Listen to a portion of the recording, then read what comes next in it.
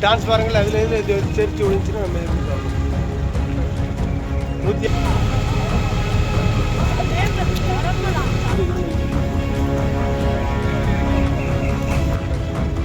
150 அடி இருக்குல்ல. திடீரென கொழுந்து விட்டு எரிந்த காற்றாலைகள், அடுத்தடுத்து தீப்பற்றிய நிலையில் பல மணி நேரம் போராடி தீயை அணைத்த தீயணைப்பு துறையினர்.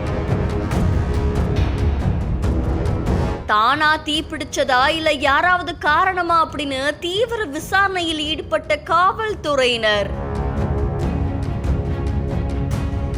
தென்காசி மாவட்டம் தாம்பவர் வடகரை பகுதியில் அமைஞ்சிருக்கக்கூடிய கருங்கலம் குளத்துல தனியாருக்கு சொந்தமான காற்றாலை ஒண்ணு செயல்பட்டு வருது.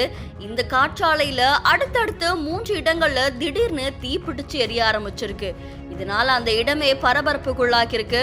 உடனே கடையநல்லூர் தீயணைப்பு துறையினர் தகவல் அறிஞ்சு காற்றாலையில பத்தி எரிகிற தீயை அணைக்கிற முயற்சியில தீவிரமா ஈடுபட்டு வந்திருக்காங்க. இது தொடர்ந்து பல மணி நேரம் போராடி அந்த தீயை அணைச்சதாகவும் சொல்லப்படுது. இந்த நிலையில இந்த தனியார் காற்றாலையில தானா தீ பிடிச்சதா இல்ல யாராவது காரணமா அப்படின்ற கோணத்துல சாம்பவர் வடகரை காவல்துறையினர் விசாரணை மேற்கொண்டு வரதா கூறப்படுது. தனியார் காற்றாலையில அடுத்தடுத்து தீ விபத்து ஏற்பட்டது அந்த பகுதியில் பெரும் பரபரப்பையும் அதிர்ச்சியையும் ஏற்படுத்தியிருக்கு.